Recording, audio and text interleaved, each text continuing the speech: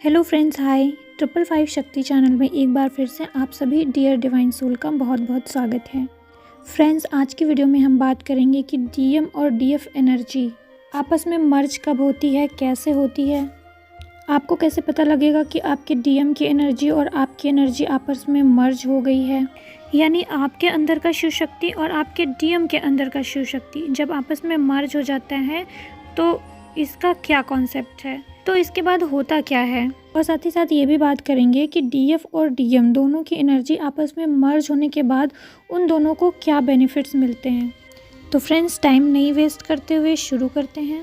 पहले जानते हैं कि डीएम और डीएफ की एनर्जी मर्ज कब होती है। फ्रेंड्स, ये डीएम और डीएफ की एनर्जी मर्ज होने का जो प्रोसेस है वो अवेकनिंग के काफ़ी टाइम बाद, जैसे 6-7 महीने या 5 महीने आपने काफ़ी इनर वर्क कर लिया है अपने ऊपर, जब डीएफ अपना वाइब्रेशन काफ़ी रेज कर लेती है, हाई वाइब्रेशन में आ जाती है और मेन चीज़ उसका रीबर्थ हो चुका होता है। डीएफ एक न्यू फॉर्म में आ जाती है, एक न्यू कॉन्शियसनेस में आ जाती है और इसी स्टेज के बाद वो डीएफ जिनकी डीएम की अवेकनिंग नहीं हुई रहती है उनकी अवेकनिंग डेफिनेटली इस टाइम पे शुरू हो जाती है और दोनों का शिव शक्ति काफ़ी तेज़ी से बैलेंस होना शुरू हो जाता है। डीएफ का इधर शिव शक्ति जैसे ही बैलेंस होना शुरू हो जाता है, उसके डीएम का भी उधर शिव शक्ति बैलेंस होना शुरू हो जाता है।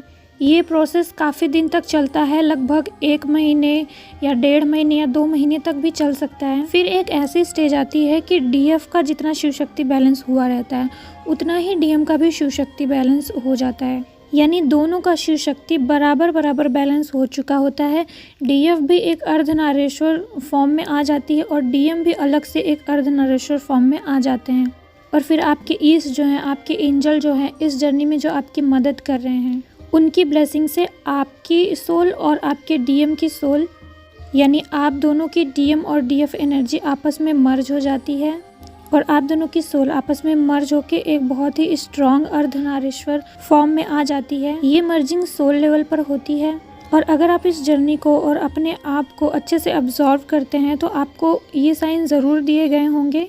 अब मैं आपको बताती हूँ कि आप दोनों शिव शक्ति के रूप में एक दूसरे से मर्ज हो गए हैं, इसका साइन आपको कैसे मिलता है। इसका साइन आपको ड्रीम में दिया जाता है या एस्ट्रल ट्रैवल के थ्रू दिया जाता है। ड्रीम में या एस्ट्रल ट्रैवल के थ्रू आप के डीएम के साथ या आपके डीएफ के साथ आपको सीधा मर्ज होते हुए दिखाया जाता है या फील कराया जाता है। एग्जाम्पल के लिए, जैसे आपने ड्रीम में देखा कि आप हैं उस ड्रीम में या आप ही के जैसा कोई या बिल्कुल आप ही सामने से आ रहे हैं और अपने अंदर समा जा रहे हैं। ये ड्रीम और ये फीलिंग बिल्कुल ऐसे ही होती है जैसे आप फिल्मों में देखते हैं ना कि कोई भूत होता है, वो प्रकट होता है और सामने से आता है और आपकी बॉडी में बिल्कुल समा जाता है।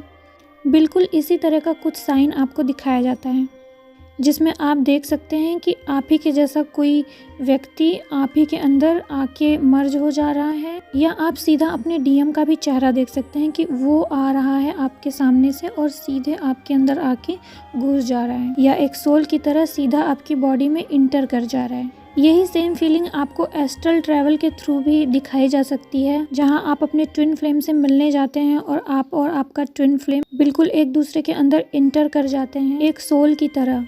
और इस ड्रीम की और इस एस्ट्रल ट्रैवल की एक खास बात है कि वहाँ पे आपको अपने एंजल की, अपने ईस्ट के आसपास होने की फीलिंग होती रहेगी, यानी इस ड्रीम में आपको याद रहेगा कि आपके एंजल भी आपके आस पास अराउंड में ज़रूर थे, क्योंकि ये मर्जिंग का जो प्रोसेस है वो आपके एंजल की उपस्थिति में ही होता है। और उस टाइम पे ये साइन आपको ज़रूर दिखेगा, सिंक्रोनिसिटी 69 की, 96 की और 696 की। ये सिंक्रोनिसिटी आपको बहुत ज़्यादा उस टाइम पे होगी जब आप मर्ज होने वाले होंगे। जब से आपका शिव शक्ति बैलेंस होना शुरू हो जाएगा तब से ही इन तीनों नंबरों की सिंक्रोनिसिटी शुरू हो जाएगी और जब आप दोनों की एनर्जी मर्ज हो जाएगी पूरी तरीके से तो 696 की सिंक्रोनिसिटी बहुत ज़्यादा होगी। और ऐसा नहीं है कि मर्जिंग होने के बाद ये नंबर दिखना बंद हो जाएगा, आप दोनों की एनर्जी मर्ज होने के बाद भी लगातार ये सिंक्रोनिसिटी आपको होती रहेगी, क्योंकि तब भी आपको हमेशा इस एनर्जी को बैलेंस में रखते हुए चलना होता है। एंजल आपको बार बार रिमाइंड करवाते रहते हैं कि आपको अपना शिव शक्ति बैलेंस रखते हुए चलना है। और भी कई साइन अगर होते भी होंगे तो छोटे मोटे साइन हैं जिनसे कि पूरी तरीके से क्लियर नहीं हो पाता, आप डाउट में ही रहेंगे। अगर मैं उसको बता भी दूँ तो आप हमेशा एंजल से पूरा क्लियर साइन मांगा करिए ताकि आपको कोई डाउट ना हो। मैं भी सिर्फ क्लियर साइन पर ही भरोसा करती हूँ। अगर कोई मुझे ऐसे वैसे साइन दिखाए जाते हैं जो मुझे कंफ्यूज करता है तो मैं उसको नेग्लेक्ट कर देती हूँ। फिर जब एंजल को मुझे क्लियर गाइड करना ही होता है तो वो मुझे क्लियर साइन दिखाते हैं। अब मैं आपको बताती हूँ कि डीएम और डीएफ की एनर्जी मर्ज होने के बाद आपको बेनिफिट्स क्या मिलते हैं। तो फ्रेंड्स, आपको तो पता ही है कि आप और आपके ट्विन फ्लेम एक ही सोल हैं और कहा जाता है कि सेम ही कॉन्शियसनेस भी है, जिसकी वजह से आप बहुत ही अच्छे से टेलीपैथी फील कर पाते हैं अपने और अपने ट्विन फ्लेम के बीच में। तो ये चीज़ सेम कॉन्शियसनेस होने की वजह से ही होती है कि वो जो सोच रहे हैं वो आपको पता लग जाता है, आप जो सोच रहे हैं उनको पता लग जाता है, फीलिंग आप दोनों की एक दूसरे को पता लग जाती है। तो जब आप और आपके डीएम पूरी तरीके से मर्ज हो जाते हैं, आप दोनों की शिव शक्ति पूरी तरीके से बैलेंस होके एक दूसरे में जब मर्ज हो जाती है, तब आप एक अर्धनारीश्वर के फॉर्म में एक नए अवतार में क्रिएट हो जाते हैं। इस कंडीशन में आप काफ़ी ज़्यादा बैलेंस भी फील करते हैं। इस स्टेज तक पहुंचने के बाद किसी को भी ये कन्फ्यूज़न नहीं होता है कि वो ट्विन फ्लेम जर्नी में है कि नहीं, या वो व्यक्ति उसका ट्विन फ्लेम है कि नहीं। यहाँ पे ऐसा कोई डाउट रह ही नहीं जाता आपके दिमाग में।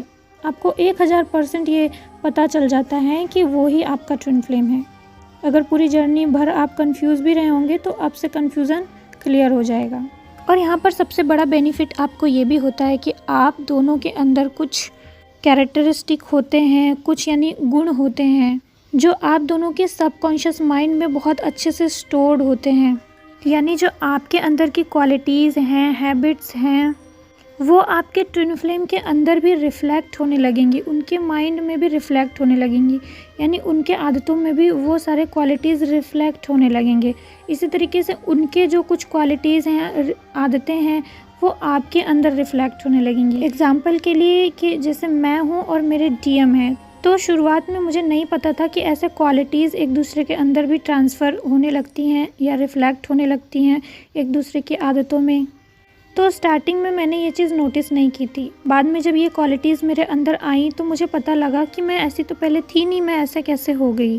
तो जो मेरे डीएम हैं वो एक टीचर हैं, बीटेक और डिप्लोमा स्टूडेंट्स को पढ़ाते हैं। बहुत सारे लोगों के गवर्नमेंट एग्ज़ाम क्लियर कराए उन्होंने। तो एक अच्छा टीचर होने की वजह से उनके अंदर ये बहुत ख़ास बात है कि वो चीज़ों को बेसिक से समझाते हैं। जैसे किसी चीज़ की बाल की खाल निकाल के समझाना, उस तरीके से वो पढ़ाते हैं। इसी वजह से बहुत सारे लोगों को उनकी टीचिंग पसंद आती है और समझ में भी आता है। बट मेरे अंदर ये क्वालिटी नहीं थी। मैं चीज़ों को समझती थी लेकिन किसी को भी एक्सप्लेन नहीं कर पाती थी। इवन जब वो मुझे पढ़ाते थे और मुझसे क्वेश्चंस पूछते थे तो मैं उनको भी एक्सप्लेन नहीं कर पाती थी। जो मैंने पढ़ा, जो मैंने समझा, वो चीज़ भी एक्सप्लेन नहीं कर पाती थी। बट अब मैं ऐसा नोटिस करती हूँ कि मेरे अंदर नहीं है, पता नहीं ये क्वालिटी कहाँ से आ गई।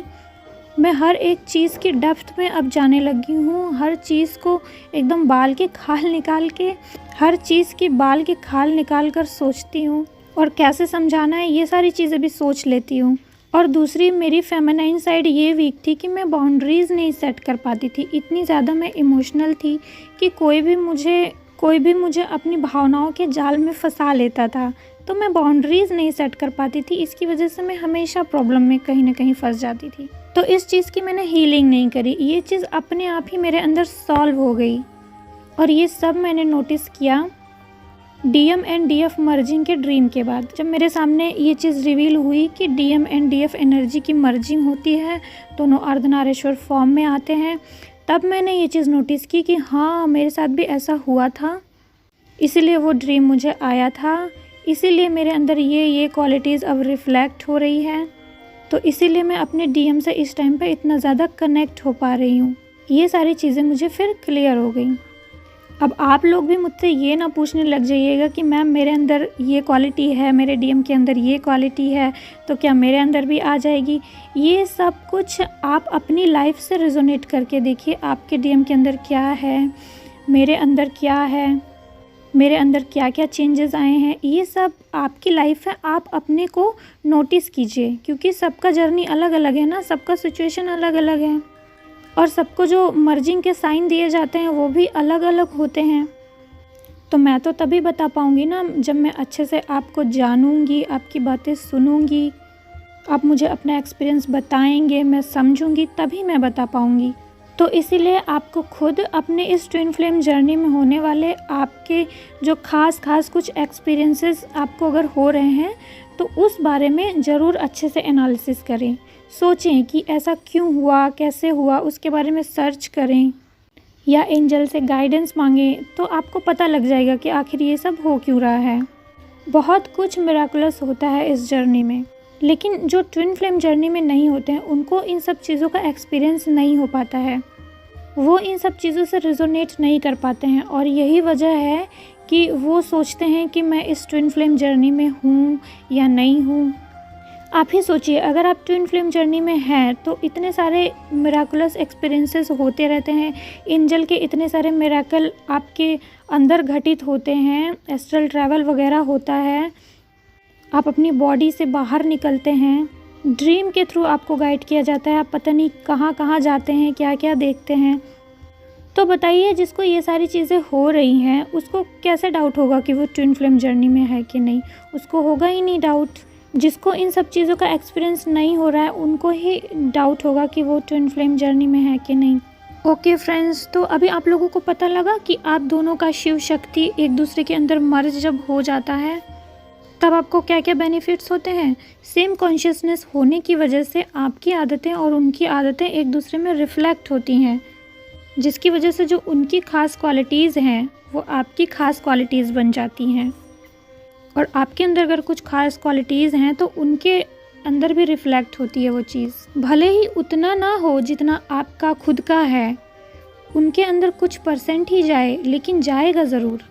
और थोड़ा नुकसान भी है क्योंकि कुछ बैड हैबिट्स हैं जो वो भी आपके अंदर आ जाती हैं, बट आप इसको नेगेटिव वे में ना लें, क्योंकि उनकी नेगेटिविटी अगर आपके अंदर आ भी रही है तो वो रिफ़्लेक्ट होगी, आपके ऊपर आएगी, आपके सामने आएगी, तो आप उसको हील करेंगे, और वो इशू जब आप हील करेंगे तो उनके अंदर भी हील होगा। इसी तरीके से जो आपकी कुछ नेगेटिव आदतें हैं या नेगेटिव चीज़ें हैं वो उनके अंदर रिफ़्लेक्ट होने लगेंगी, उनकी आदतों में भी आ जाएंगी, तो उनको भी इस टाइप के ट्रिगर्स होंगे और वो उसे हील करेंगे, तो आपके अंदर भी वो चीज़ हील होने लग जाएगी। इसीलिए कहा जाता है कि जब रीबर्थ होता है तो रीबर्थ के बाद इतना जल्दी आपके अंदर से सारे टॉक्सिन्स बाहर निकलने लगते हैं, इतने जल्दी सारे इश्यूज़ हील होने लगते हैं, इतना जल्दी आपकी आदतें सही होने लगती हैं कि आपको खुद लगेगा कि वाह कितना अच्छे से मिरेकल हो रहा है। अर्धनारीश्वर फॉर्म में मर्ज हो जाने के बाद दोनों की अवेकनिंग का प्रोसेस बहुत अच्छे से, बहुत जल्दी, बहुत फास्ट वे में बढ़ जाता है। और एक और बेनिफिट हुआ है, जैसे कि मेरे डीएम बहुत ज़्यादा सेल्फ डिपेंडेंट है, फाइनेंशियली डिपेंडेंट है, तो ये जब मर्जिंग हुई, जब हम अर्धनारीश्वर फॉर्म में आए तो मेरे अंदर भी को डिपेंडेंसी से रिलेटेड सारे फियर क्लियर हो गए। और जैसे शायद मेरे डीएम लॉजिकल माइंड के हैं तो उनके अंदर बहुत सारे आइडियाज़ आते हैं, उनके अंदर फाइनेंशियली किसी पे डिपेंडेंट होने का फियर नहीं होता। तो जैसे ही मेरे अंदर से ये फियर गया, मैं अपने आप सोचने लगी कि मुझे ऐसा क्या करना है कि जिससे मैं अपनी को डिपेंडेंसी को हील कर पाऊँ, अपनी मनी प्रॉब्लम को हील कर पाऊँ। इसके पहले भी मैंने YouTube पे वीडियोस बनाने की कोशिश किए थे, पर मुझसे हो ही नहीं पा रहा था। मैं स्टार्ट कर रही थी फिर बंद कर दे रही थी, मतलब फियर ऐसा था कि मैं कर ही नहीं पा रही थी। लेकिन जैसे ही ये फियर हील हुआ मेरे अंदर से, मैंने कंटिन्यू ये काम करना शुरू किया, फियरलेस होके काम करना शुरू किया। मुझे जॉब करने जाने की भी परमिशन मिल गई, मीन्स मेरी जो को डिपेंडेंसी थी वो हील हो गई। तो मुझे बहुत सारा बेनिफिट समझ में आता है कि जब हमारा शिव शक्ति आपस में मर्ज होता है, हमारे और हमारे डीएम का, तो काफ़ी सारे इश्यूज़ तो हमारे ऐसे ही हील हो जाते हैं। लेकिन फ्रेंड्स, ये डीएम और डीएफ मर्ज होने का भी एक डिवाइन टाइमिंग होता है, ये एक एंजल की ब्लेसिंग होती है, जो कि जब एंजल को ऐसा लगता है कि अब वो टाइम आ गया है कि अब इन दोनों को आपस में मर्ज कर दिया जाए, तभी वो ये करते हैं। और ये डिवाइन टाइमिंग सबके लिए अलग अलग हो सकती है। ये पूरी तरीके से डिपेंड करता है कि वो किस तरीके से इनर वर्क कर रहे हैं, कितना ट्रस्ट कर रहे हैं यूनिवर्स पे, क्या चीज़ें वो कर रहे हैं, मतलब कि इन्हीं सारी चीज़ों पे डिपेंड करता है। यूनिवर्स को ऐसा लगना चाहिए कि वो टाइम अब आ गया है। तो फ्रेंड्स, आई होप कि आपको बहुत सारी नॉलेज आज मिली होगी। अगर आपको वीडियो पसंद आई हो तो इसे लाइक करें, मेरे चैनल को सब्सक्राइब करें। मैं आपको फिर से मिलती हूँ एक नई गाइडेंस के साथ, एक नए टॉपिक के साथ फ्रेंड्स। तब तक के लिए ओम नमः शिवाय। ओम साईं।